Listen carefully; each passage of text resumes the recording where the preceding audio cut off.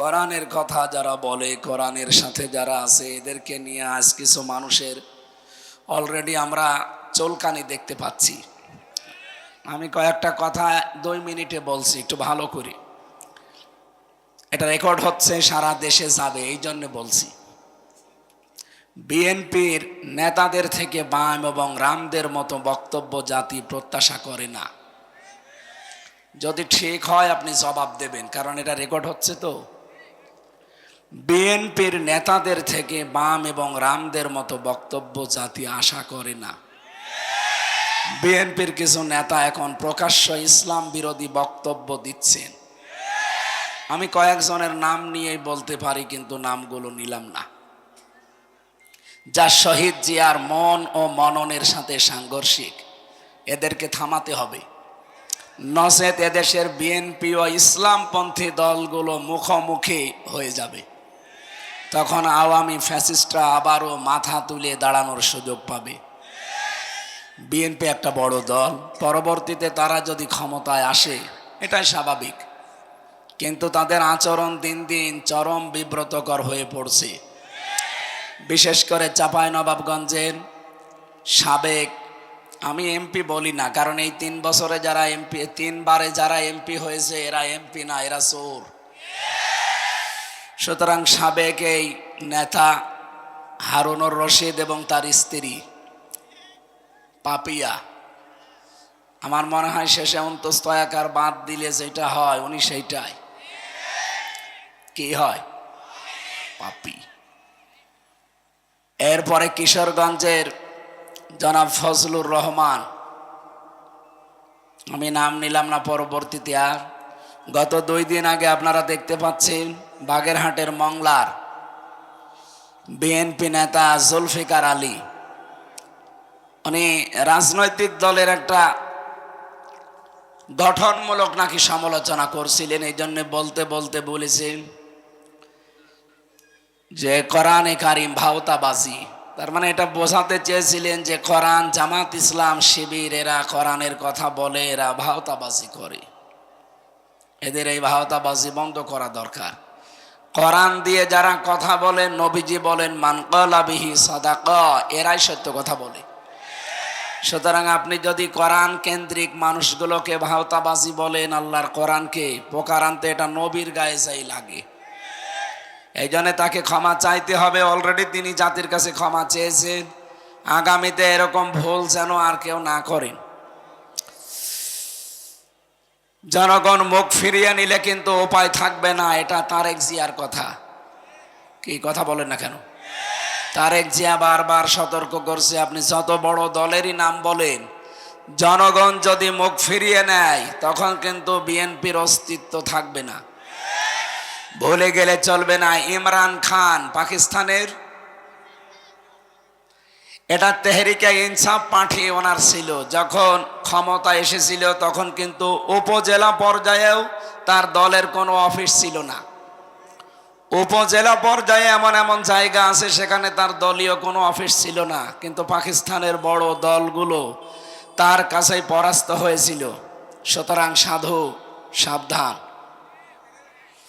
বিতর্কিত বক্তব্য আমরা সামনে আর কারো কাছ থেকে আশা করি না। বিশেষ করে শহীদ জিয়ার হাতে গড়া এই মাজলুম দলটা, এদের ভেতরে কিছু বাম রাম, এরা দলটা এবং এই দেশটাকে আবার ওই ফ্যাসিস্টদের মতো দাদাদের হাতে তুলে দেওয়ার জন্য গোপনে ষড়যন্ত্র করছে। আমরা চাই এরা যেন থামে, অথবা যারা সর্বোচ্চ দায়িত্বে আছে তারা যেন এদেরকে যেভাবেই হোক থামান। আমরা আমাদের যারা উপরে আছে তাদের কথা যেভাবে অক্ষরে অক্ষরে মেনে চলি, যদি কোরআন হাদিস সমর্থিত হয়। আমি মাওলানা রফিকুল ইসলাম খান সাহেবের ওই দিন থেকে, যেদিন বলেছিলেন যে কোরআনের অনুষ্ঠানে যারা আলেম, মুফাসসির, মুহাদ্দিসেরা কথা বলে, তারা যেন আসালি পাসালি না বলে মূল কথাগুলো অল্প সময়ে মানুষকে জানিয়ে দেয়।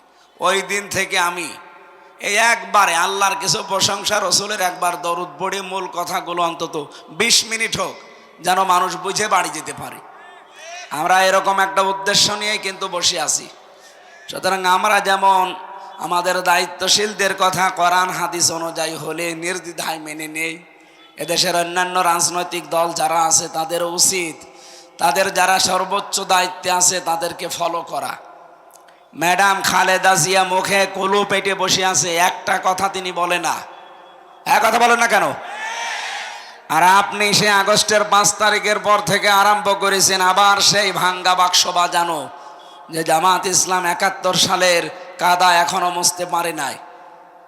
আপনার সর্বোচ্চ নেত্রী খালেদা জিয়া কি বলেছে দেখেননি? যে জামাত নেতৃবৃন্দকে হিংসার বশবর্তী হয়ে রাজনৈতিক প্রতিহিংসার কারণে তাদেরকে এভাবে একটার পরে একটা ফাঁসি দিয়েছে। আপনি কি ম্যাডাম খালেদা জিয়ার চাইতেও বড় বিএনপি করেন? সুতরাং এই কথাগুলো আমি আশা করব যারা এই ছোটখাটো পদে আছেন, ওপরে যারা আছে তাদেরকে ফলো করবেন। ম্যাডাম খালেদা জিয়া মুখে কলু পেটে বসে আছে, তারেক জিয়া একটা কথা বলে না। আর কোন কার সে উটকা ফুটকা উল্টা পাল্টা লোকগুলো এসে দলের একটা বদনাম করে মানুষের সামনে, বিশেষ করে ইসলামপন্থী যত দল আছে তাদের বিরুদ্ধে আপনি নিজেকে দাঁড় করিয়ে দিয়েছেন এই দলটাকে। এটা আপনার কিন্তু ঠিক হচ্ছে না। পরবর্তীতে যত করবেন চালাকি, পরে বুঝবেন চালাকি। এরা কেমন জ্বালা বুঝেছে এই ফ্যাসিস্টরা, আপনারাও শেষে জ্বালা বুঝে আর শেষ করতে পারবেন না। আমরা চাই আপনারাও মাজলুম ছিলেন, 14 দল বাদ দিয়ে আমরা সবাই মাজলুম। আমরা সবাই মিলে দেশটাকে আবার সাজাতে চাই ইনশাআল্লাহ। আল্লাহ যেন এটা সারা দুনিয়ায় ছড়িয়ে যারা এখনো ওলট পালট চিন্তা নিয়ে আছেন তাদেরকে যেন বুঝ দান করেন, বলেন আমিন। কথা বলার শুরুতেই মাজলুম একজন মানুষের পক্ষে আমি কথা বলছি। জিন্দা শহীদ যাকে বলা হয়, জনাব এটিএম আজহারুল ইসলাম, কালকে তার রায় আছে। আমরা চাই ফ্যাসিস্টদের যত মামলা ছিল সব মামলা থেকে কিন্তু অনেকেই অব্যাহতি পাচ্ছে। বিশেষ করে লুৎফুজ্জামান বাবর, তিনিও ফাঁসির মামলার আসামি ছিলেন। কথা বলেন না কেন? তাকে যদি ছেড়ে দেওয়া হয়, সুতরাং এখন আর আমাদেরকে হাইকোর্ট দেখাবেন না, এই বাধা এই বাধা, কোনো বাধা নেই। আমরা চাই সব বাধা শেষ, কালকে যেন ওনাকে মুক্তি দেওয়া হয়। এটা চান কারা দেখে? লিল্লাহি তাকবীর।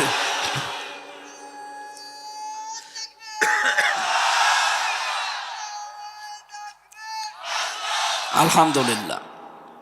আমরা জানি হুদায়বিয়ার সন্ধি হয়েছিল, বিশ্বনবী 1399 জন নিয়ে শপথ বাক্য পাঠ করিয়েছিলেন একজন নিরপরাধ মানুষের হত্যার বদলা নিতে। তিনি হযরত ওসমান ইবনে আফফান। ওরা যখন ঘোষণা দিয়েছে যে ওসমানকে মেরে ফেলা হয়েছে, নবীজি বললেন হজের এহরাম খুলে ফেলো, রোজা রেখেছো রোজা ভেঙে ফেলো, এই বাবলা গাছের নিচে আমার হাতের উপরে হাত দাও। ইয়াদুল্লাহি ফাওকা আইদিহিম, ওই হাতগুলো আল্লাহর হাতের উপরে ছিল। নবীজি 1399 জনকে বললেন আমার হাতের উপরে হাত লাগাও, এটা আল্লাহর হাতের উপরে হাত লাগানোর শামিল। আমি 2টা ফরজ বিধান এখন অলরেডি লঙ্ঘন করে ফেলেছি, একটা রোজা আর একটা হজ। কেন? একটা নিরপরাধ মানুষকে ওরা মেরে ফেলেছে। এই হত্যার প্রতিশোধ না নিয়ে আমরা কেউ মদিনায় ফেরত যাব না। নবীজি একা যেতে পারতেন, প্রতিশোধ নিতে না। 1399 জনকে তিনি বায়াত গ্রহণ করালেন, শপথ বাক্য পাঠ করালেন এবং নিজে সর্বশেষ নিজের এই বাম হাতটা উপরে তুলে দিলেন। সাহাবীরা বলে হুজুর এইটা কি? নবীজি বলেন এইমাত্র কোরআনের আয়াত নাজিল হয়েছে, লাকাদ রাদিয়াল্লাহু আনিল মুমিনিন ইয ইউবাইউনাকা তাহতা শাজারাতি। আল্লাহ অবশ্যই খুশি হয়ে গেছে, খুশি হবে না। রাদিয়া এটা মাজি, এটা পাস্ট, এটা অতীতের সিগা। আল্লাহ বলেন আমি রাজি হয়ে গেছি অলরেডি। কাদের ওপরে? এই মুমিনদের ওপরে, যারা আপনার হাতের উপরে হাত দিয়ে এই গাছের নিচে শপথ বাক্য পাঠ করছে। আমি তাদেরকে 3টা বিষয় দিয়ে দেব। 1 নম্বরে ফাআলিমা মা ফি কুলুবিহিম, তারা যে শপথ নিচ্ছে এটা লোক দেখানো না, এটা মানুষ দেখানোর জন্য না, এটা মন থেকে। এজন্য আমি আল্লাহ ফানজালা সাকিনাতা আলাইহিম, তাদের উপরে আমার সাকিনা আমি আল্লাহ অবতীর্ণ করলাম। ওয়াসাবাহুম ফাতাহান করিবা, এবং তাদেরকে একটা সুপ্রসন্ন নিকটবর্তী বিজয়ের সুসংবাদ দিয়ে দিলাম। সুতরাং হযরত ওসমানের পক্ষে শপথ বাক্য পাঠ করিয়ে যদি নবীজি 1399 জনের উপরে আল্লাহ রাজি হয়ে গেছে ঘোষণা শুনতে পান, আগামীকাল যার রায় আছে তিনিও নিরপরাধ। তার অপরাধ একটাই, অমা নাকামু মিনহুম ইল্লা ইউমিনু বিল্লাহিল আজিজিল হামিদ। তার কোনো অপরাধ নেই, তিনি শুধু একামতে দিনের কর্মী, এটাই অপরাধ। তিনি যদি আজ বামপন্থী দল করতেন তিনি মন্ত্রী হতেন। এক কথা বলেন না কেন? আপনি যান রংপুরের বদরগঞ্জ, তারাগঞ্জে, তার কি জনপ্রিয়তা তার। সুতরাং তিনি বামপন্থী রাজনীতি করলে এখন কিন্তু মন্ত্রী থাকতেন দেশের। শুধু জামাত ইসলামী করার কারণে হিংসার বশবর্তী হয়ে রাগ করে তার জীবনটা আপনারা নষ্ট করে দিয়েছেন। এই জন্য আমরা চাই আগামীকাল নিরপরাধ এই মানুষের পক্ষে 18 কোটি মানুষ আমরা ওই 1399 জনের মতো দাঁড়াতে চাই। ওনাদের উপরে যদি আল্লাহ রাজি থাকে একটা নিরপরাধ মানুষের পক্ষে দাঁড়ানোর কারণে, এটিএম আজহারুল ইসলামের পক্ষে আগামীকাল সারা দেশে যে বিক্ষোভ, যে যেখান থেকে পারেন যদি নেমে যান, আল্লাহর কসম আল্লাহ রাজি হয়ে যাবে ইনশাআল্লাহ। আপনারা রাজি নেই নামতে কাল? এটা রেকর্ড হচ্ছে, সারা দেশে ছড়াচ্ছে। আমরা চাই কালকে সারা দেশ থেকে 18 কোটি মানুষ যেন জেলা থানা সব জায়গায় এটিএম আজহারুলের মুক্তি চাই। যারা যারা চান এখানে হাত তোলেন, লিল্লাহি তাকবীর।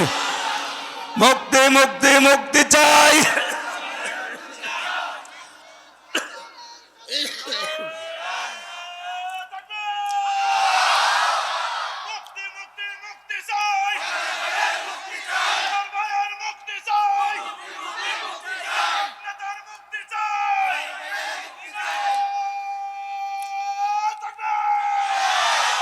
আলহামদুলিল্লাহ। না ভাই, অনেকে এটা রেকর্ড হচ্ছে তো বিভিন্ন জায়গায় এখন লাইভ চলছে, অনেকে মনে করবে যে এটা রাজনীতি। আল্লাহর কসম এটা রাজনীতির উদ্দেশ্যে আমি বলি নাই, বলেছি আমার ঈমান থেকে। 1500 বছর আগে হযরত ওসমান নিরপরাধ ছিলেন, তার পক্ষে দাঁড়িয়ে যদি 1399 জন যারা বায়াত নিচ্ছিল তাদের উপরে আল্লাহ রাজি হয়। আমরা নিজে দেখেছি জেলখানায় আমরা 2 জন, সে একটা নিরপরাধ মানুষ, মুরব্বী মানুষ, তার জীবনটা নষ্ট করে দিয়েছে হাসিনা। খালি রাগ করে হিংসার বশবর্তী হয়ে এই মহিলা বহু মানুষের জীবন নষ্ট করেছে, তার ভেতরে আজহার ভাইয়ের। আমরা চাই তার শেষ জীবনটা সে যেন পরিবারের কাছে কাটাতে পারে। তার স্ত্রীটাও বিদায় নিয়েছে, অন্তত ছেলে মেয়ে যেগুলো আছে তাদের কাছে শেষ বয়সে যেন অন্তত কিছুটা হলেও শান্তি পায়। ওরা কোরআনের পাখিকে ফিরতে দেয়নি, ইনজেকশন দিয়ে মেরে ফেলেছে। অন্তত এই লোকটা এখন আছে। সবাইকে যখন ছেড়ে দিচ্ছেন, মানবতার খাতিরে হলেও তারে দেন। লুৎফুজ্জামান বাবরকে ছেড়ে দিলেন কোন কারণে বলেন? সেও তো ফাঁসির আমার আসামি ছিল। আমি নিজে তার সাথে 4 দিন ছিলাম। সে বলতো না যে আমি জীবনে আর কোনোদিন ফিরে যাব, আমার শেষ। সে যদি তারপরও ফিরে এসে এখন উমরা হজে যেতে পারে, আমরাও চাই কাল আগামীকাল যেন এটিএম আজহারুল ইসলাম বেরিয়ে উনি আবার আল্লাহর ঘর তাওয়াফ করতে যেতে পারে। এটা আমরা দেখতে চাই না। আমি এই জায়গা থেকে কিন্তু বলেছি, কোনো উদ্দেশ্য নিয়ে না। আমি নবীর হাদিস 100% বিশ্বাস করি। সূরা ফাতহার 18 নম্বর আয়াতটা আমি 100% বিশ্বাস করি। আগামীকাল যারা রাজপথে এটিএম আজহারের জন্য মুক্তির জন্য নামবেন, আমার মনে হয় আল্লাহ আপনাদের উপরেও ওই মানুষগুলোর উপর যেমন রাজি হয়েছিলেন রাজি হয়ে যাবে। যে যেখান থেকে পারি আমরা এই নিরপরাধ মানুষের পক্ষে দাঁড়াবো ইনশাআল্লাহ। এখানে কোনো দল মত নেই, 18 কোটি মানুষ আমরা নামতে চাই। কথা বলেন, কথা বলুন। আল্লাহ যেন আরো সে কবুল করে, আমিন। সম্মানিত সভাপতি আমার আরাফাতের ভাই আলহাজ মাওলানা আব্দুল মালিক, এখানে লেখা আছে আলহাজ আলহাজ্জু ইয়াহদিমু মা কানা ক্বাবলা। নবীজি বলেন যারা হজ করে তাদের পেছনের সব অপরাধ আল্লাহ মাফ করে দেয়। কিন্তু 3টা কথা তারা কাবা শরীফ ঘুরতে ঘুরতে বলে, এই কথাগুলো বাংলাদেশে এসে ঠিক রাখা লাগবে। তারা কাবা ঘর তাওয়াফ করতে বলে ইন্নাল হামদা, যত প্রশংসা এখন থেকে করব আল্লাহ তোমার জন্য। এই জন্য হামদের আগে আলিফ লাম আছে, এর আগে ইন্না আছে। যারা আরবি গ্রামার বসে এখানে তো বহু আলেম আছে। আল্লাহ ইন্নাও যদি না দিতাম, আলিফ লামও না দিতাম, তাও অর্থ হয়ে যেত বাংলা। কেন আমি নির্ধারিত করে দিলাম? আল্লাহকে আমি শোনাচ্ছি, আল্লাহ আজকে থেকে যতদিন আমি বেঁচে আছি, আমি তো মরেই গিয়েছিলাম, কারণ যখন আমি সাদা কাপড় পরলাম, ওটা তো সাদা কাপড় না, ওটা কাফনের কাপড়। মানুষ মরে গেলে তাকে গোসল দিয়ে সাদা কাপড় পরানো হয়, আর আমি নিজেই মরে গেছি, নিজেই গোসল দিয়েছি, নিজেই কাপড় পরেছি। তার মানে এখন যেই কয়দিন বেঁচে আছি, এটা আমার বোনাস হায়াত। কথা বলেন না কেন? এই বোনাস লাইফে যেই কয়দিনই আমি আছি, আমি তোমার ছাড়া আর কারো প্রশংসা করব না। 2 নম্বরে ওয়ান নিয়ামাতা লাকা, যত নিয়ামত আমাকে দিয়েছো আজকে থেকে সব তোমার জন্য ব্যয় হবে। ক্ষমতাও আল্লাহর নিয়ামত। বলেন বলেন, আমি যদি ক্ষমতায় যেতে পারি, এই নিয়ামতটা ব্যবহার করব কার জন্যে? আরো জোরে। আমার ব্যক্তিগত স্বার্থে, আমার পারিবারিক স্বার্থে, আমার দলীয় স্বার্থে, আমার গ্রামবাসীর স্বার্থে না। আমি দেখবো এটাকে আল্লাহর স্বার্থ আছে কিনা। এই জন্য হযরতে ইউসুফ নবী কিন্তু দায়িত্ব চেয়ে নিয়েছিলেন। ক্বালা জাআলনি আলা খাযাইনিল আরদি ইন্নী হাফিজুন আলিম। হযরতে ইউসুফ বলেছিলেন, বাদশাহ আপনি আমাকে বাইতুল মালের যে দায়িত্ব, অর্থমন্ত্রীর, এইটা আমারে দেন, আমি সংরক্ষণ করতে পারবো এই দায়িত্বটা সুচারুরূপে। সুতরাং বাংলাদেশে ইউসুফ নবীর অনুসারী যারা, ইউসুফ নবীর উত্তরাধিকারী যারা, এই মানুষগুলো যদি এরকম মন্ত্রণালয়গুলো পায়, তারাও যে সংরক্ষণ করতে পারবে, তার বাস্তব প্রমাণ এই পাশের জেলা পাবনার মাওলানা মতিউর রহমান নিজাম, এই ফরিদপুর জেলার জনাব আলী হাসান মোহাম্মদ মুজাহিদ রহমতুল্লাহ আলাইহি, তারা 2 জন মিলে 3টি মন্ত্রণালয় চালিয়ে টাকা বেঁচে গেছে, টাকা ফেরত দিয়েছে। এটা পৃথিবীর ইতিহাস তারা পাল্টিয়ে দিয়েছে। কথা বলেন না কেন? আর আমরা কি দেখলাম, ভূমি মন্ত্রীর দায়িত্ব পেয়েছিল চট্টগ্রামের একজন, ওই শয়তানের বাড়ি হচ্ছে 630টা, আর মাওলানা নিজামের বাড়ি এখনো পর্যন্ত মাটির বাড়ি, চারিদিকে টিনের, মাটির দেওয়াল, উপরে টিন দেওয়া, অথচ তিনি মন্ত্রী। কি ছিলেন? একটা মেম্বারের বাড়ি 3 তলা হয়ে যায়, আর মন্ত্রীর বাড়ি এখনো মাটির বাড়ি। এর চাইতে আল্লাহর ওলি আপনি কোথায় দেখতে যান? এগুলো জিন্দা থাকলে আল্লাহর জিন্দা ওলি ছিল, মরে গেছে এখন মরা ওলি। মানুষ আল্লাহর ওলি খুঁজতে যায় সিলেটে, আল্লাহর ওলি খুঁজতে যায় চট্টগ্রামে। কে বলেছে আপনাকে? অর্থনৈতিকভাবে আমার মনে হয়, আমার বিশ্বাস, এই মানুষগুলো ছিল 1 নম্বরে আল্লাহর ওলি। সুতরাং মাওলানা রফিকুল ইসলাম খান এইরকম মানুষগুলো যদি দায়িত্ব চেয়েও নেয়, তারা দলীয়করণ, আত্মীয়করণ, গ্রামবাসীকরণ এগুলো করবে না, আমাদের বিশ্বাস। তারা চাইবে ইন্নাল হামদা ওয়ান নি'মাতা লাকা, কারণ উনি হজ করেছেন, এই কথা আল্লাহকে শুনিয়েছেন, আমি যত নিয়ামত পাবো এখন থেকে সব তোমার জন্য ব্যয় হবে। সুতরাং আমি যে বেশি আছি এটা তোমার নিয়ামত, আমি যে ক্ষমতা পাবো ওইটাও তোমার নিয়ামত, সব ব্যয় হবে কার জন্যে? 3 নম্বরে বলা লাগে ওয়াল মুলকা লাকা, আমি যদি রাজ্য রাজনীতি করি আল্লাহ তোমার জন্য করব। এই 3টা কথা বলার পরে আল্লাহ ডাক দেয় শেষে বিদায় তাওয়াফ করার সময়, ওই রফিক এদিকে আয়। সর্বশেষ কথা বলে বাংলাদেশে যা, লা শারিকা লাকা লাব্বাইক, শেষ কথা এটা বলা লাগে, আল্লাহ আমি চলে যাচ্ছি, তোমার আমি গ্যারান্টি দিয়ে গেলাম, আমি কিন্তু মুশরিক না, আমি শিরিক করব না জীবনে, আর যাই করি শিরিক করব না। সুবহানাল্লাহ বলতে পারেন নাই? এই 3টা কথার উপরে যারা টিকে থাকতে পারে, বিশ্বনবী তাদের জন্যই জানিয়েছেন, আল হাজ্জু ইয়াহদিমু মা কানা ক্বাবলা, ওর পেছনে একটা গুনাহ আল্লাহ আর রাখে না, সব মাফ করে দেয়। এই যে শবে বরাত চলে গেল, সামনে শবে কদর আসতেছে, আল্লাহ সবাইকে মাফ করে দেয় পৃথিবীতে, শুধু 2 শ্রেণীর মানুষ বাদ দিয়ে। 1 নম্বরে যারা মুশরিক, যারা শিরিক করে। 2 নম্বরে যে মানুষগুলো হিংসুক, যারা বিদ্বেষ রাখে। আর এই 2টা গুণ বাংলাদেশে বেশি। আমা ইয়াকুমিনু আকসারুহুম বিল্লাহি ইল্লা হুম মুশরিকুন। হে নবী, আপনি মুসলমান দেখতে পাচ্ছেন, ইমানদার দেখতে পান, হ্যাঁ এরা ইমানদার, কিন্তু অধিকাংশগুলো মুশরিক। কি করে? ঠিক আছে, কিন্তু এরা কি মুশরিক কারে বলে? এই সবে কদরে যারা মাপ পাননি, সবে বরাতে যারা মাপ পাননি, পাবেনও না সামনে সবে কদরে। কারা তারা? আল্লাহ যেটা পারে ওইটা অন্য কেউ পারে, এই বিশ্বাস যারা করেন তাদের কোনো মাপ নেই। এই কথা বলেন না কেন? সন্তান দিতে পারে কে? আর কেউ পারে? অনেক মানুষ মনে করে নাই বাবা মনে হয় পারে, এই জন্য তাবিজ কবজ নিতে যায়। অনেকে আবার বলে যে হুজুর আপেল পড়িয়ে দিন। সেদিন ময়মনসিংহ একজন এসে আমার কাছে বলছে, হুজুর এমন আপেল পড়বেন যেন ছেলে হয়। আমি কি ডাউন করে নিয়ে আসবো? কেন?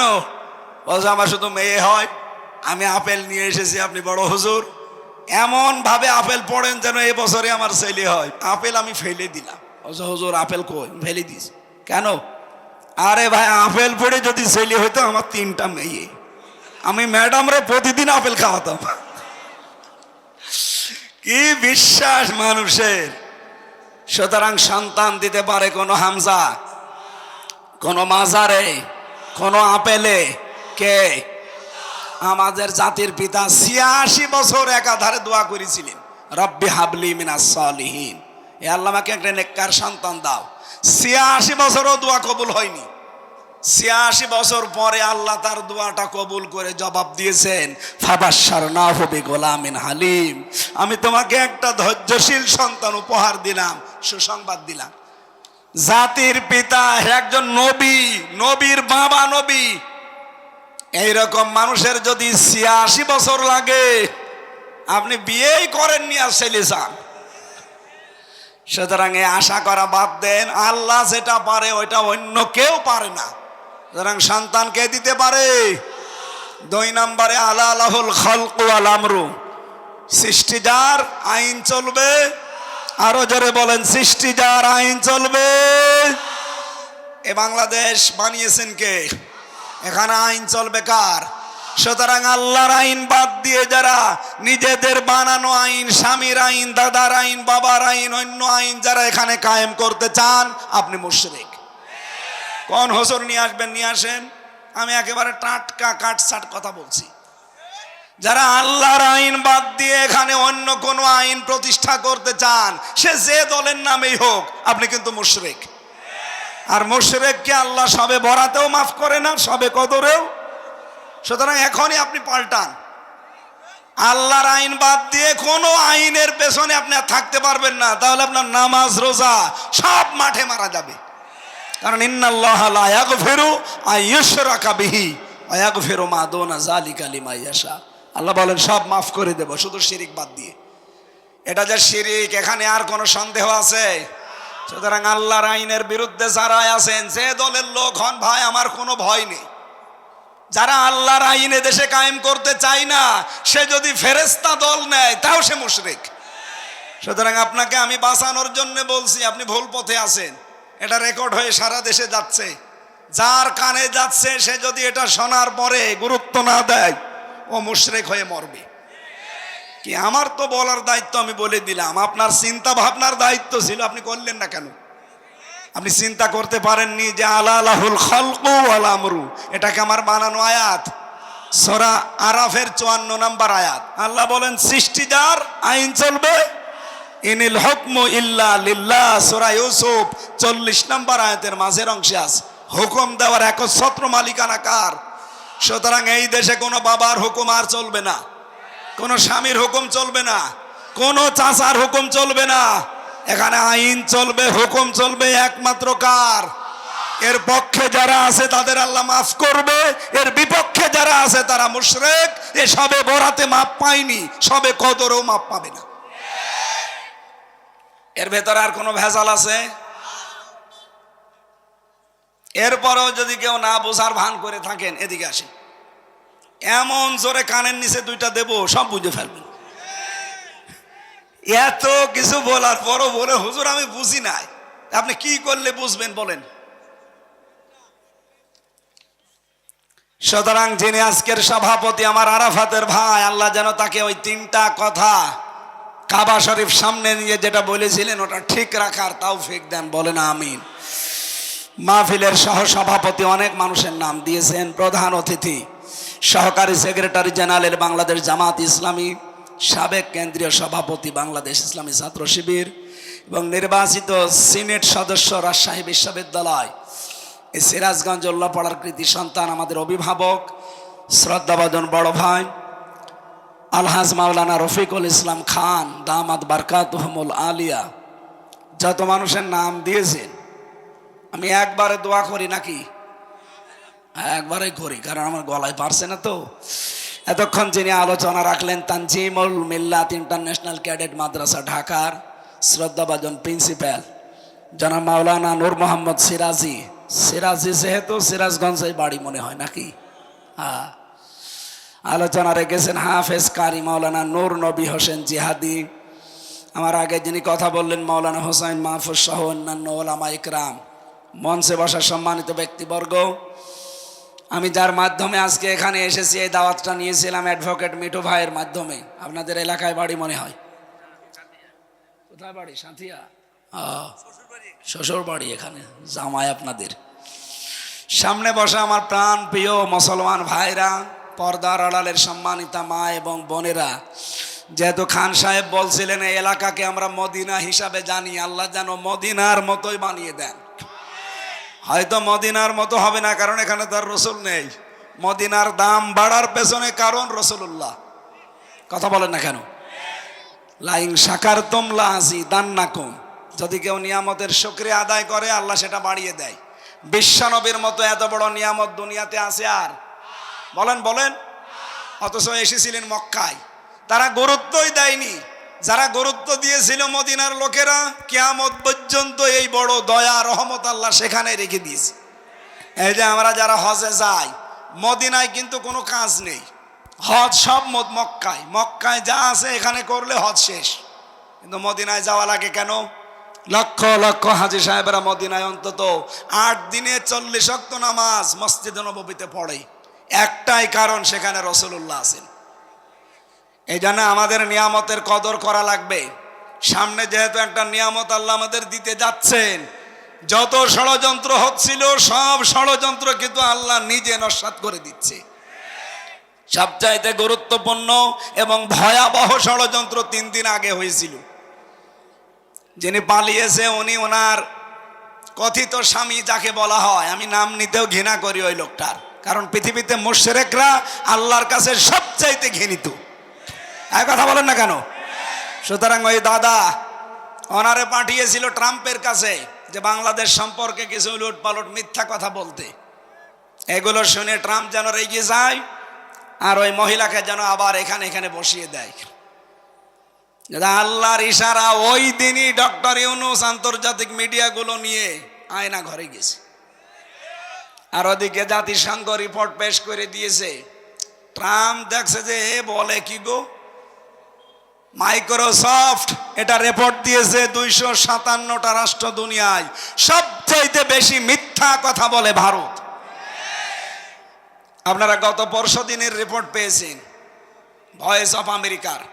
তাম দুনিয়ায় যত শাসক ছিল সবচাইতে নিকৃষ্ট শাসকের তালিকায় নাম 1 নম্বরে হাসিনা, 2 নম্বরে বাশার আল আসাদ, 3 নম্বরে বেনিয়ামিন, ওই যেটা ইসরায়েলের যেটা শয়তান।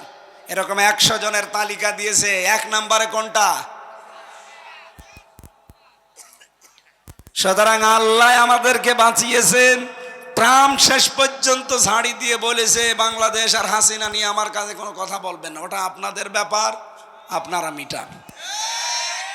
অনেকে আশা করেছিল যে অনেক কিছু খাবো, ওদের বাড়া ভাতে লবণ দিয়ে দিয়েছে খা। এই জন্য আল্লাহ যেহেতু নিজে মোকাবেলা করছেন, দেশটার সামনে আমরা দেখতে পাচ্ছি ইসলামের জয় জয়কার ভাব। আপনারা জানেন বাংলাদেশে সব ইসলামপন্থীরা প্রায় এক হয়ে গেছে। তারা বলতে চাচ্ছে সামনে আমরা ইসলামের একটা বাক্স দিতে চাই। এতদিন আমাদের ব্যবহার করে অনেকেই ক্ষমতায় গিয়ে আমাদেরকেই জেলে ঢুকিয়েছে। এবার আমরা আর অত পাগল শামসুদ্দিনা, কে কথা বলেন না কেন? এবার সামনে আমরা নিজেরা সবাই মিলে ইসলামের একটা করে বাক্স দেব। আমরা চাই কোরআনের 500 আইন যেন বাংলার সংসদে কায়েম হয়ে যায়। আগে আমরা জানতাম এই দেশে 100 জনের 15 জন মানুষ ইসলাম কায়েমের পক্ষে ছিল। এখন 100 জনের 66 জন মানুষ চাচ্ছে এই দেশে ইসলাম কায়েম হোক। আপনি আর কিছুদিন যেতে দেন, মাত্র 6 মাস 11 দিন চলছে, আর 6 মাস যেতে দেন, এদেশে 100 জনের 100 জন মানুষ বলবে আমরা ইসলাম এদেশে কায়েম চাই। এইটা আমরা সামনে এই চর্ম চোখে দেখতে চাই না। আল্লাহ যেন তৌফিক দেন দেখার, বলেন আমিন। দল মত নির্বিশেষে আমরা যেহেতু এসেছি কোরআন শুনতে, ওই কোরআন থেকে সূরা ফাতিরের 5 নম্বর আয়াত পড়েছি। আমার আজকের আলোচনার বিষয় শয়তানের বন্ধু কারা। শয়তানও কিন্তু বন্ধু বানায়। এ পৃথিবীতে 10 প্রকার নবীর উম্মতের ভেতরে অন্য জাতিবাদ, এদিকে তাকান, ইহুদি খ্রিস্টান মুশরিক মাজুসি বৌদ্ধ যারা আছে সব বাদ, শুধু নবীর উম্মত আমরা দাবি করি যারা, তাদের ভেতরে 10 প্রকার মানুষকে শয়তান বন্ধু হিসাবে গ্রহণ করে। কয় প্রকার? আরো জোরে। এখন আপনি মিলাবেন যে আপনি এই 10 প্রকারের কোন প্রকারে আছেন কিনা। যদি থাকেন আজকে তওবা করে বাড়ি যাওয়া লাগবে, নাকি শেষ করে দেব? দরুদ আর সালাম নবীজির উপরে পাঠ করার মাধ্যমে আমরা আরম্ভ করছি সূরা ফাতির। কোন সূরা? 45টা আয়াত আছে, মাত্র একটা আয়াত পড়েছি, 5 নম্বর আয়াত। জবান খুলে আগে শয়তানের ওয়াসওয়াসা থেকে আশ্রয় চেয়ে বলেন আউযু বিল্লাহ।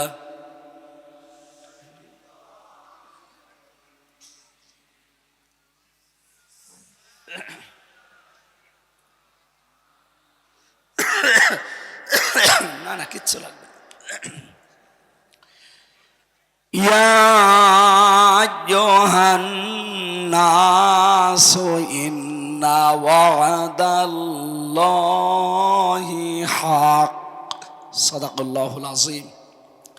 আল্লাহ রাব্বুল আলামিন ডাক দিয়েছেন শুধুমাত্র এই পৃথিবীর মুসলমানদেরকে না, যাদের আল্লাহ বানিয়েছেন তাদেরকেই। ইয়া আইয়ুহান নাস, হে মানব মণ্ডলী, ইন্না ওয়াদাল্লাহি হক, অবশ্যই আল্লাহর ওয়াদা সত্য। আল্লাহর ওয়াদা সত্য না মিথ্যা? আল্লাহ রাব্বুল আলামিন যদিও আয়াতে রুকুতে আমরা পড়েছি তাফসিরে ইবনে কাসিরে, তিনি এখানে কিয়ামতের একটা দৃশ্য আমাদের সামনে তুলে ধরেছেন যে কিয়ামতের যে ব্যাপার, এটা কিন্তু হাস্যকর না, এটা খেলাছোড়া না, এটা পাগলামির বিষয় না। কিয়ামত সত্য, হক। ফালা তাগুররান্নাকুমুল হায়াতুদ দুনিয়া, সুতরাং দুনিয়ার জীবন যেন তোমাদেরকে ধোঁকায় ফেলে না রাখে। ওয়ালা ইয়াগুররান্নাকুম বিল্লাহিল গরুর, আর ওই মহাপ্রবঞ্চক শয়তান তোমাদেরকে যেন আল্লাহ সম্পর্কে ধোঁকায় ফেলে না রাখে। এটা ছিল বাংলা অর্থ। এবার আসেন তো, আল্লাহ ডাক দিয়েছেন তামাম দুনিয়ার মানুষকে, যেটা বোঝাতে সেটা একটা ওয়াদা। সেটা কি? এই কোরআনে আল্লাহর 500 ওয়াদা আছে। রব্বুল আলামিন বলেন আমার এই ওয়াদাগুলো যদি মানুষ পালন করতে পারে, পূরণ করতে পারে,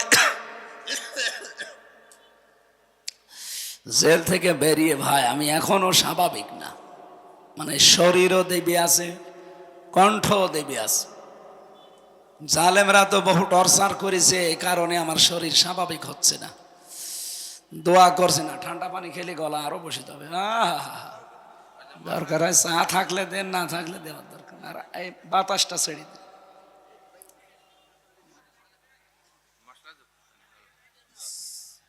চার ভেতরে তো আবার মশা পড়িস।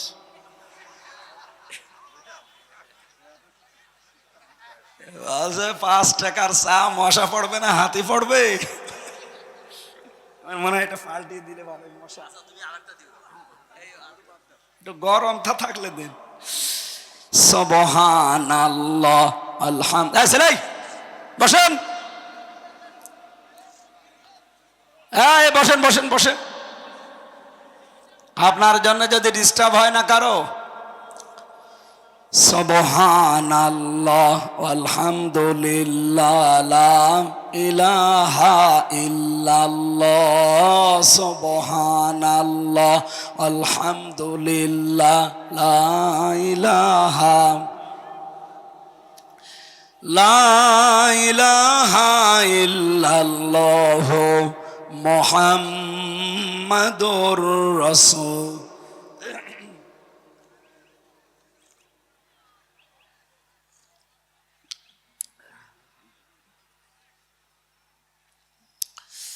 আমার ভাইরা, আল্লাহ যেহেতু তামাম দুনিয়ার মানুষদের কাছে ওয়াদা দিয়েছেন, পুরা কোরআনে কয়টা বললাম?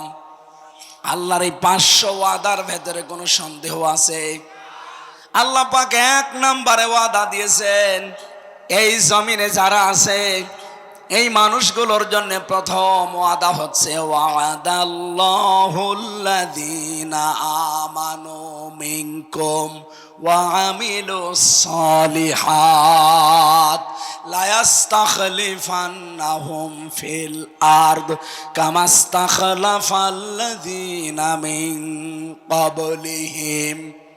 সূরা নূরের ভেতরে আছে, রব্বুল আলামিন জানিয়েছেন, আমি তোমাদের সাথে ওয়াদা করলাম, তোমাদের ভেতরে যারা ঈমান আনবে আর ঈমানের দাবি অনুযায়ী যারা ভালো ভালো কাজের আঞ্জাম দেবে, আমি আল্লাহর প্রথম ওয়াদা লা ইস্তাখলিফান্নাহুম ফিল আরদ, লামে তাকিদ নুনে সাকিলা। আল্লাহ বলেন, আমি গ্যারান্টি দিয়ে বললাম এই জমিনের শাসন ক্ষমতা আমি তাদেরকে দেব। যেমন তাদের পূর্বে যারা ছিল তাদেরকে এই 2টা শর্ত মানার কারণে দিয়েছিলাম। হযরত ওমরকে যেমন দিয়েছিলেন, আবু বকরকে দিয়েছিলেন, হযরত ওসমানকে দিয়েছিলেন, হযরতে আলী রিদওয়ানুল্লাহি তাআলা আলাইহিম আজমাইন তাদেরকে দিয়েছিলেন। ওই আল্লাহ ঠিক ওই রকমই এখনো আছে। কথা বলেন না কেন? উনি এখনো ওই রকমই আছেন, একটু হালকা দুর্বল হয়ে গেছে? উনি ওই রকম নেই নাকি রওশনের সাথে মতো একটু দুর্বল?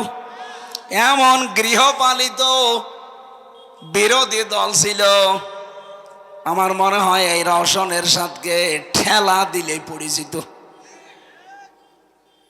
আমি যেটা এখান থেকে আপনাদের বোঝাতে চাই, আমাদের পূর্বপুরুষ যারা, তাদেরকে যদি আল্লাহ এই 2টা শর্ত মানার কারণে জমিনে শাসন ক্ষমতা দেয়, মাস্ট বি আমাদেরকে এই 2টা ওয়াদা যদি আমরা পূরণ করতে পারি, শর্ত যদি মেনে নিতে পারি, আল্লাহর প্রথম ওয়াদা আল্লাহ পূরণ করবেই।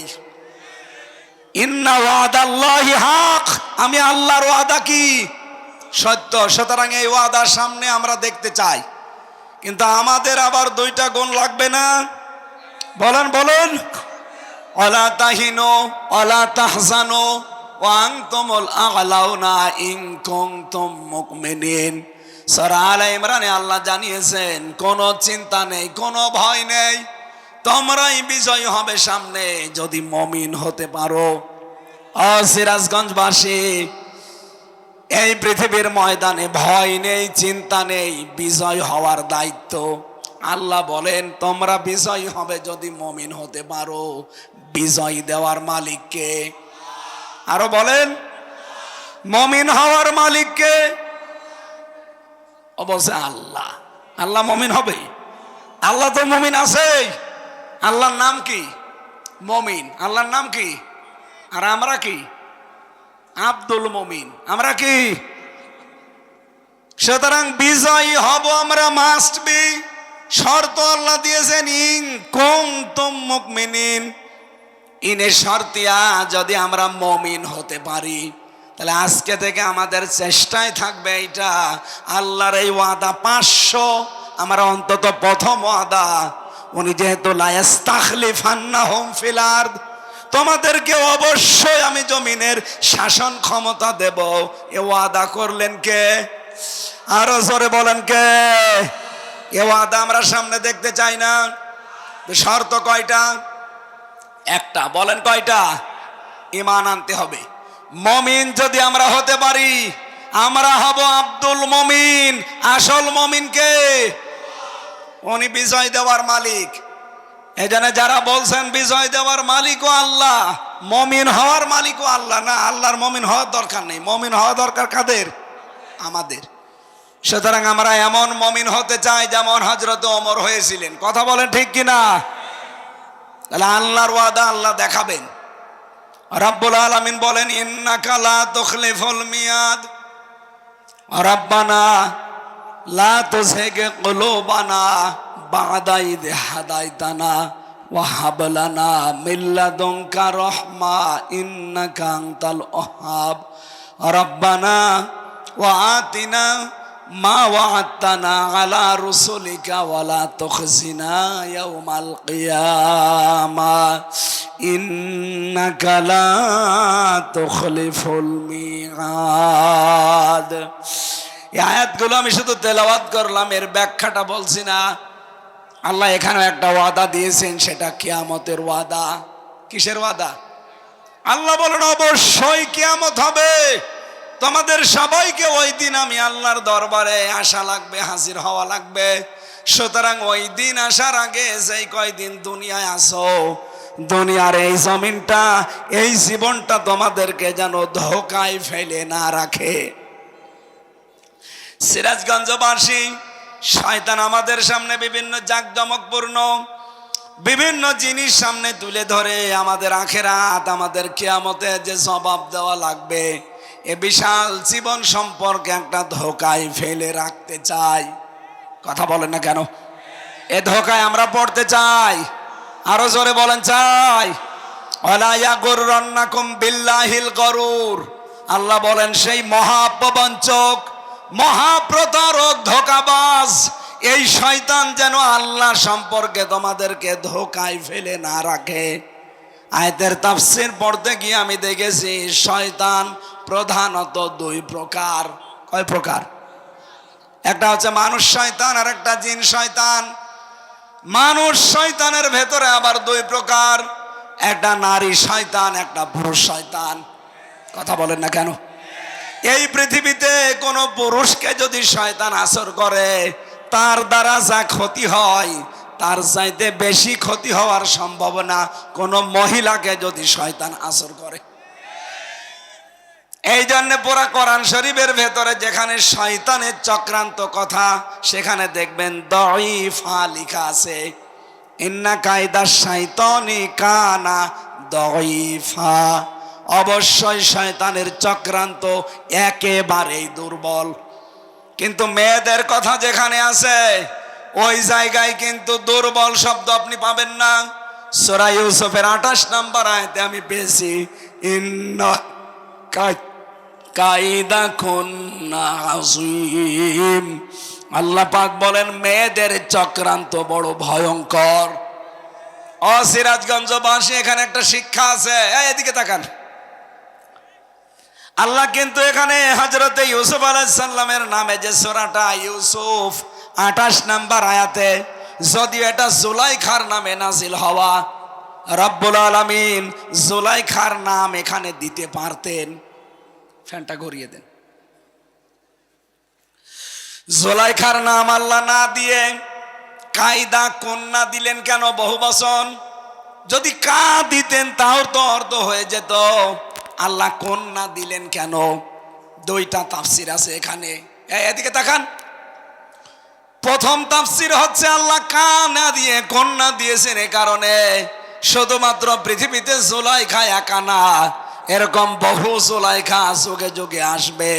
তারা ইউসুফ নবীর অনুসারী যারা, অনুগামী যারা, ইউসুফ নবীর মতো যারা চরিত্র অর্জন করবে, তাদের চরিত্রে কলঙ্ক দেওয়ার জন্য এরকম জুলিখা আরো আসবে। এ পৃথিবীতে ওই জুলিখার পরে আর জুলিখা আসে নাই। কথা বলেন এসেছে কিনা? আমাদের দেশে একজন তার উত্তরসূরি ছিল, উনি হযরতে ইউসুফকে ধর্ষণের মামলা দিয়েছিল। এই জুলাইখা, আপনি তাকান, আল্লামা সাঈদীর নামে সর্বশেষ মামলা ধর্ষণের মামলা।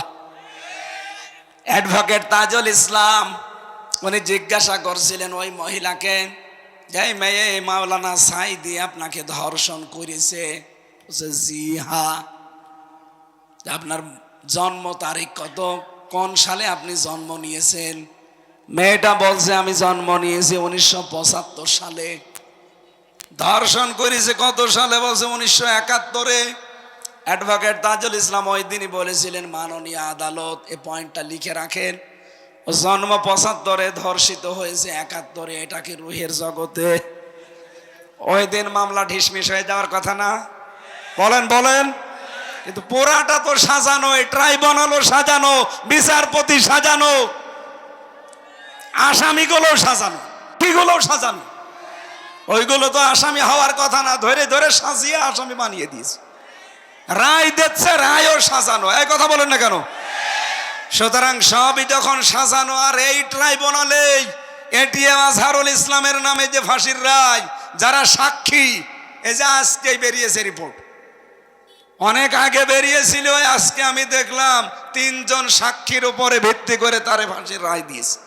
একজন সাক্ষী দেখেছে 6 মাইল দূর থেকে, আর একজন দেখেছে 3 মাইল দূর থেকে, আর একজন দেখেছে 1.5 মাইল দূর থেকে। এই হচ্ছে সাক্ষী। ওই 75-এ জন্ম, 71-এ ধর্ষিত, ওই রকম হয়েছে। এই কথা বলেন না কেন? সুতরাং আমরা চাই এগুলো সব যেহেতু বানোয়াট। আর আজহারুল ইসলাম তিনি বিপ্লবের সৈনিক ছিলেন, বিপ্লবের মাধ্যমে যেহেতু এ সরকার, আর বিপ্লবের অগ্রনায়ককে আপনি এখনো পর্যন্ত জেলে রাখবেন কোন কারণে? আমরা চাই আগামীকাল আমরা তার মুক্তি চাই, এবং মুক্তি দিতে হবে। অনেকে মনে মনে করছে, এমনকি কথা অনেকে বলছে এটা ওদের মুখের কথা, এরকম বলেই থাকে না। এদেশে একামতে দিনের দায়িত্বে যারা আছে, আল্লাহর কসমে কোরআন আমি মাথায় নিয়ে বলতে পারি, মন থেকে, সব না, কিছু মুনাফিক আছে, মন থেকে যারা একামতে দিনের দায়িত্ব পালন করে, তারা যদি একবার মুখ দিয়ে কিছু বলে না, ওটা কিন্তু তাদের মুখের কথা না, ওটা মনের কথা। আর একবার যেহেতু বের হয়েছে, এটা আমিরে জামাতের মুখ দিয়ে, এটা বাস্তবায়ন কালকে হওয়াই লাগবে, নয়তো কি হবে আমরা জানি না। এই কথা বলেন না কেন? উনি তো যা মুখ দিয়ে বলে ওটা ওনার মুখের কথা না, ওটা মনের কথা। সুতরাং সেলিমউদ্দিন ভাই মুখ দিয়ে বলেছে, অনেকে বলছে এরকম বলেই থাকে। কিসের বলে থাকে? আপনি কালকেই দেখতে পাবেন।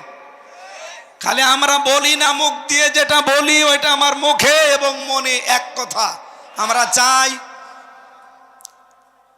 এই অগ্রদূত, এই সৈনিকটাকে আর যেন জেলখানায় পৌঁছতে না দেওয়া হয়। হিংসার বশবর্তী হয়ে এই মহিলা ওনার জীবনটা নষ্ট করে দিয়েছে। আমরা চাই শেষ জীবনে কিছুদিন মুক্ত বাতাসে আল্লাহর এই পৃথিবীটা দেখে যাক। কয়দিন পর তো এমনি আল্লাহর কাছে চলে যাবে। এ কথা বলেন না কেন? সুতরাং এই জুলাইখার অনুসারী যারা, তাদের চক্রান্ত কিন্তু ছোটখাটো না, ভয়ঙ্কর। ওরা এখনো পর্যন্ত চক্রান্ত ওই দাদাদের পাশে বসে বসে চালাচ্ছে। যদিও একটা চক্রান্ত এখনো হালে পানি নেয়নি, আর সামনে কোনো চক্রান্ত এদেশে বাস্তবায়ন হবেও না ইনশাআল্লাহ।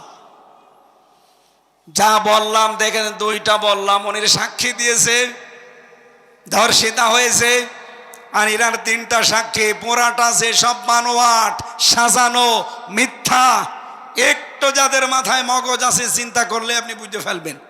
সুতরাং এই নিরপরাধ মানুষটার পক্ষে কিন্তু দাঁড়ানো ইমানের এখন দাবি আমাদের। যদি রাজনীতি মনে করে চলে যান, আপনার উপরে আল্লাহ খুশি হবে না। কারণ অন্যায় কাজ দেখলে আপনাকে অবশ্যই বাধা দেওয়া লাগবে হাত দিয়ে। এটা যে অন্যায় আর কি বলার অপেক্ষা রাখে? সুতরাং যার যে সমর্থ আছে হাতের, ক্ষমতার, পাওয়ারের, ওই জায়গায় কালকে দেখাতে হবে। এটা যদি না হয় মুখ দিয়ে প্রতিবাদ, যদি আমরা ওই পর্যায়ে যাই, যদি এরপরও না হয়, অন্তরে আমরা ঘৃণা করব এবং পরিকল্পনা করব কি করে সত্যের পক্ষে দাঁড়ানো যায়। সুতরাং কিয়ামত সত্য না মিথ্যা? আরো জোরে বলেন। শয়তান মেয়েদের ভেতরে যেগুলো আছে, এগুলো যে কত ভয়ঙ্কর। নবীজি বলেন, কোন শয়তান যদি পরিবারে কোনো মহিলার উপরে ভর করে, ওই পরিবারটা পুরো ধ্বংস হয়ে যায়। এই বাংলাদেশে যেই পরিবারে মহিলা শয়তানের আসরে পড়েছে, ওই পরিবার আর পরিবার নেই, পুরাটা একটা মিনি জাহান্নাম হয়ে গেছে। দেখতে উপরে মনে হয় ভালো, না, ভালো নেই। আজ হাজারো পুত্রবধূ বসে আছে বিভিন্ন মহিলা প্যান্ডেলে। সম্মানিতা মা বোনেরা, আপনাদেরকে হয়তো শয়তান আক্রান্ত করেছে, নাই তো নিজের মা বাবাকে যেই নজরে দেখেন, শ্বশুর শাশুড়িকে আপনি ওই নজরে দেখতে পারেন না। কোন কারণে? এটা শয়তানের একটা চক্রান্ত। এই কথা বলেন না কেন? অনেকে মনে করে আমি নামাজ পড়ি, রোজা রাখি, কালো বোরকা পরি, আমি জান্নাত পাবো না। কে পাবে? কে বলেছে আপনি? আপনার শ্বশুর শাশুড়িকে নিজের মা বাবার মতো মনে করা লাগবে। আমি একজন স্বামী, এইটা একটা স্বামী। যত স্বামী আছে এখানে এবং সারা পৃথিবীতে যত স্বামী আছে, সব স্বামীর পক্ষ নিয়ে আমি আজকে বলছি, কোন স্ত্রী যদি তার স্বামীর মন পেতে চায়, আল্লাহর কসম তার স্বামীর মা বাবাকে নিজের মা বাবার মতো মনে করা লাগবে। নয়তো জীবনেও স্বামীর মন আপনি পাবেন না। হ্যাঁ, উপরে উপরে আপনাকে ভালোবাসতে পারে, কিন্তু ভেতরে ভেতরে সে মানসিক রোগী হয়ে যাবে। এরকম মানসিক রোগী সিরাজগঞ্জে নেই? কার কার বউ এরকম মন ছোট? হাত তোলেন তো। এভাবে হাত তোলা ঠিক না, এটা রেকর্ড হচ্ছে। সম্মানিত মা বোনেরা, বহু স্বামী কিন্তু হাত তুলে ফেলেছে। আশা করছে আপনি আচরণ সামনে আর করবেন না। আপনার শ্বশুর শাশুড়ি হবে আপনার কাছে আপনার মা বাবার মতো। আমি কয়েকদিন আগে নীলফামারী গিয়েছিলাম, যে দেখে একটা বৃদ্ধাশ্রম, এই কোলে 25 জন মা, এই কোলে 25 জন বাবা বসে আছে, চোখ দিয়ে টলমল করে পানি পড়ছে। আমি দুইজনের সাথে কথা বললাম। একজন বলছে আমার ছেলে ডিসি, আর একজন বলছে আমার ছেলে আমেরিকায় থাকে। আপনারা বলছে 3 বছর আমরা পড়ে আছি, ছেলে মাঝে মাঝে টাকা পাঠায়, আমার বউ মা শুধু ঘ্যানর ঘ্যানর করে আর বলেছে ওই বুড়ি যদি বাড়ি থাকে তোমার ভাত আমি খাবো না। বাধ্য হয়ে ছেলে আমার ডিসি আমারে রেখে গেছে এখানে। আপনি চিন্তা করতে পারেন, এই সিরাজগঞ্জ পুরা জেলা চালায় একটা ডিসি। সেই ডিসির মা এখন পড়ে আছে বৃদ্ধাশ্রমে 2 দিন 3 দিন না 3 বছর। এই পুত্রবধূর ছোট মনের কারণে। বাড়িতে থাকলে কি হইতো? সে শেষ বয়সে একটু নাতিনাত করে একটু আনন্দে থাকতে চায়। এই কথা বলেন না কেন? বৃদ্ধাশ্রমে যারা আছে তারাই কিন্তু এইটা চায়, খুব বেশি তাদের চাহিদা নেই। কিন্তু এই পুত্রবধূদের ছোট মনের কারণে আজ হাজারো সন্তান মা বাবাকে হয় আলাদা করে দেয়, নাই বৃদ্ধাশ্রমে রেখে আসে, নাই বড় ছেলের আন্ডারে দিয়ে দেয় নেন। অথচ এই মার পেটে 8টা 10টা 15 20টা সন্তান জায়গা হয়েছে, আর এই 20টা সন্তানের বাড়িতেও মায়ের জায়গা হয় না। 7 দিন শুধু পালাপালি করে খাওয়ায়। আপনি মানুষ, আরো তো মাকে নিয়ে কাড়াকাড়ি করা দরকার। নবীজি জানিয়েছে যে মায়ের পেছনে খরচ করে ওটা খরচ না, ওটা সাদগা। কোন বউ যদি চায় যে আমার স্বামী আরো বেশি দিন বেঁচে থাক, আমার স্বামীর সম্মান মর্যাদা টাকা পয়সা আরো বেশি দিন বেড়ে যাক, সেই বউ যেন স্বামীকে বলে স্বামী তুমি যাই করো রক্তের সম্পর্কগুলো ঠিক রাখো। একটা মানুষের সাথে সবচাইতে বেশি রক্তের সম্পর্ক তার মা বাবার, আর সেই মা বাবাকে আপনি দেখতে পারেন না। সম্মানিত পুত্রবধূ যারা আছেন, সম্মানিতা মা এবং বোনেরা, হয়তো মন খারাপ হচ্ছে যে হুজুর যেন জীবন আর এলাকায় না আসে, আমার আর আসার দরকার নেই। কিন্তু আপনি নিজেকে সংশোধন করেন। সত্যি কথা বলছি, আপনি স্বামীর মন জীবনেও পাবেন না। হ্যাঁ, ওপরে ওপরে সংসার করার জন্যে ছেলে মেয়ে হয়ে গেছে, এখন মন থেকে কি করা যাবে একটু মেনে নেয়। কিন্তু মা বাবাকে যে কষ্ট আপনি দিচ্ছেন, অনেক মা বাবা এরকম আছে, এটা মা বাবা না, এটা ডাইনি। নিজের মেয়ে দোষ করলে মাফ করে দেয়, কাজ না জানলে কাজ শিখিয়ে দেয়। আর অন্যের একটা মেয়ে এসেছে, কিছু হলে আগে ছেলের কানে কানে তুলে দেয়। এইরকম ডাইনি মা দেশে নেই? এই মহিলা প্যান্ডেল এরকম ডাইনি মহিলা কারা আছেন? হাত তোলেন তো। তুলেছে? হাত তুলেছে না? শাশুড়ি যারা বসে আছেন, শুধু নামাজ পড়ে রোজা রেখে কালো বোরকা পরে জান্নাত যেতে পারবেন না। মাস্ট বি আপনাকে ওই মেয়েটাকে নিজের মেয়ের মতো মনে করা লাগবে। আমরা তো চাই পরিবারটা একটা মিনি জান্নাত হয়ে যাক। এই কথা বলেন না কেন? কিন্তু শয়তান যেহেতু মেয়েদেরকে আসর করে, আর শয়তান কোন মহিলাকে যদি একবার ধরে, ও কি জিন শয়তান থাকে না ভয়ঙ্কর শয়তান হয়ে যায়? পরিবারটা নষ্ট হয়, সমাজ নষ্ট হয়, আর রাষ্ট্রের প্রধান ছিল, রাষ্ট্রটাও নষ্ট করে ফেলেছে। এই জন্য নবীজি জানিয়েছেন, ওই জাতি কখনো সফল হতে পারে না সেই জাতির নেতৃত্বে কোনো মহিলা আছে। আর 54 বছর আমরা আর সফল হতে পারি না, আমার মনে হয় এই কারণে, কারণ নবীর কথা মিথ্যা হবে না। এই জন্য আগামী থেকে ক্ষমতার চেয়ারে কোনো মহিলা বসতে পারবে না। হ্যাঁ, এটা আপনারা চান না? এটা রেকর্ড হয়। কারা কারা চান দেখি? লিল্লাহে তাকবীর।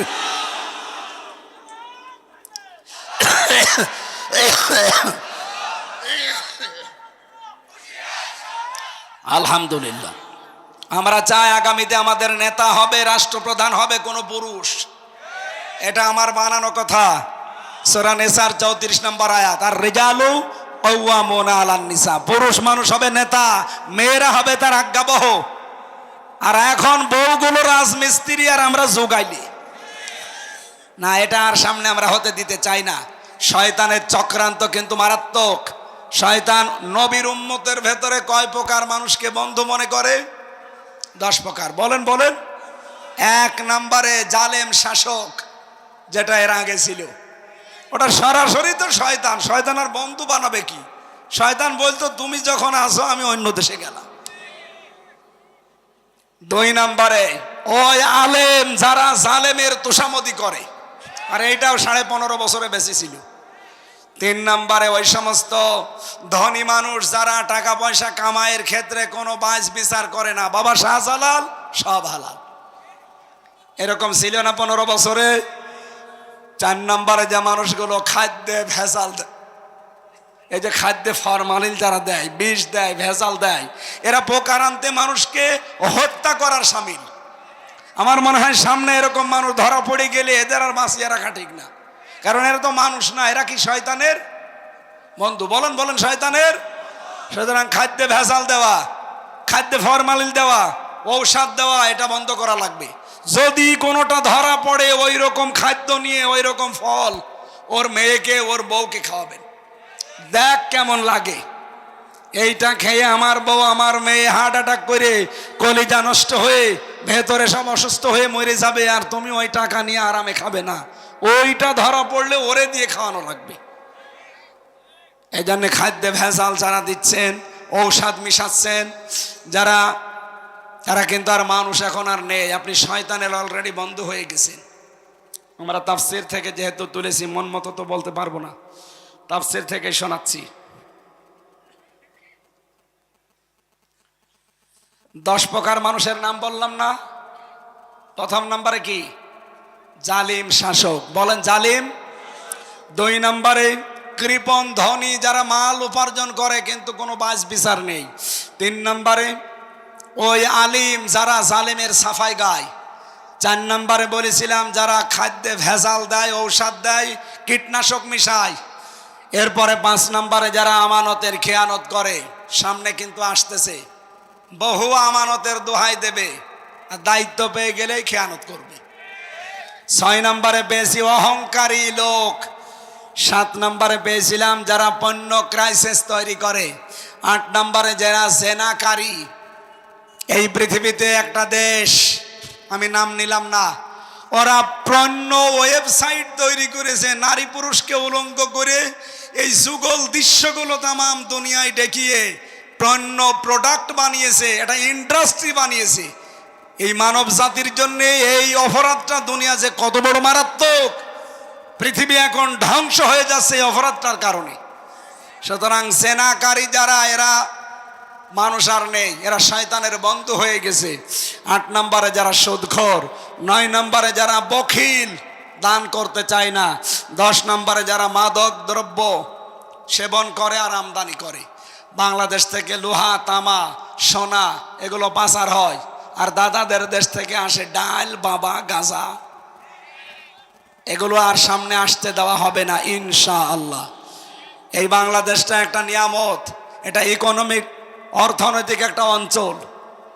আমাদের সামনে যে বিশাল সমুদ্র পড়ে আছে, এই সমুদ্রগুলো, এই 7 সিস্টার, বিশেষ করে এই যে পাশে 2টা রাষ্ট্র নেপাল আর ভুটান, এদের দেশে কিন্তু সাগর নেই, পাহাড় আছে।